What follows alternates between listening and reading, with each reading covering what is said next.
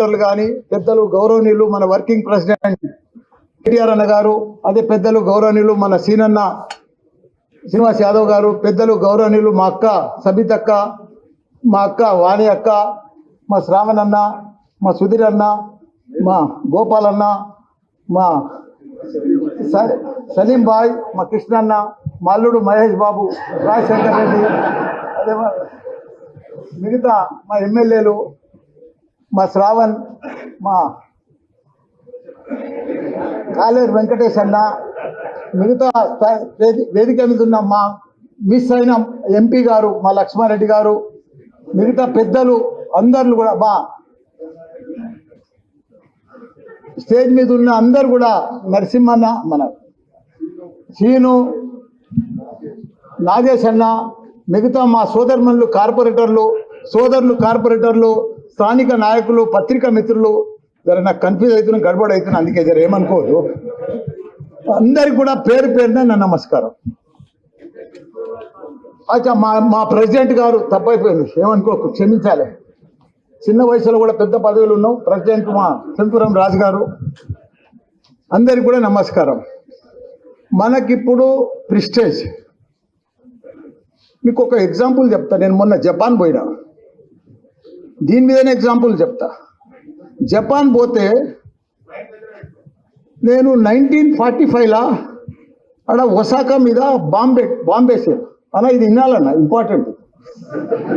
1945లా బాంబేసారు జపాన్లో, ఒసాకా మీద వేస్తే మొత్తం కొలాప్స్ అయిపోయింది. మొత్తం అంటే ఏమి లేకుండా అయిపోయింది. అక్కడ 3000 డిగ్రీల టెంపరేచర్ అయింది.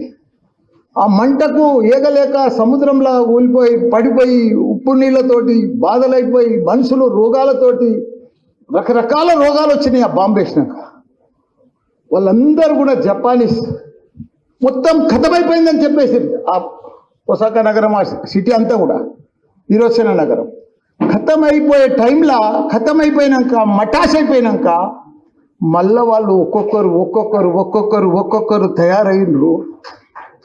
ఇప్పుడే కొట్టకూడదు, ఇంకా చాలా ఉంది. ఇంకా ఒక్కొక్కరు వాళ్ళ సంకల్పము, వాళ్ళ పట్టుదల, వాళ్ళ కృషి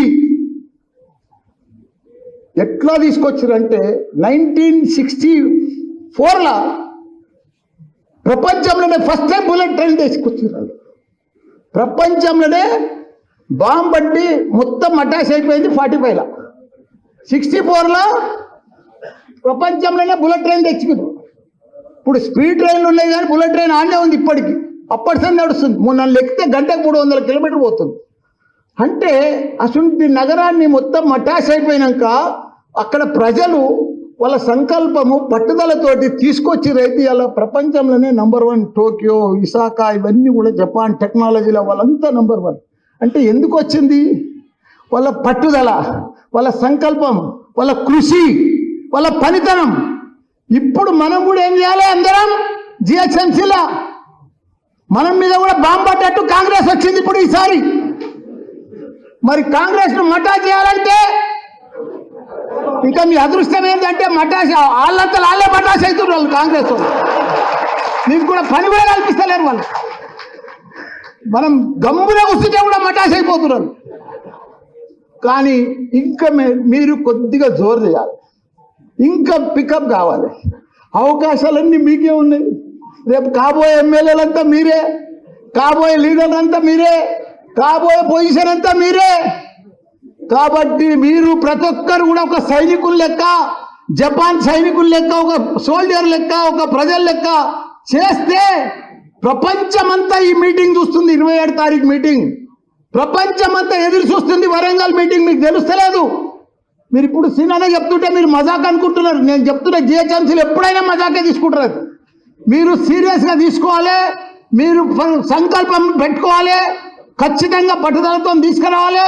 మీరు ఎట్లా సక్సెస్ అవుతారంటే ఈ సభ మీరే అబ్బురపోతారు, మీరే పరేషాన్ అవుతారు, విచిత్రమైపోతారు ఈ సభ మీరు గిట్ట గట్టిగా చేస్తే. ఎందుకంటే జిహెచ్ఎంసీ మీద పెద్దసారి కూడా నమ్మకం లేదు. వీళ్ళు సిటీ వాళ్ళు రారు, వాళ్ళు మాయమాటలు చెప్తారని.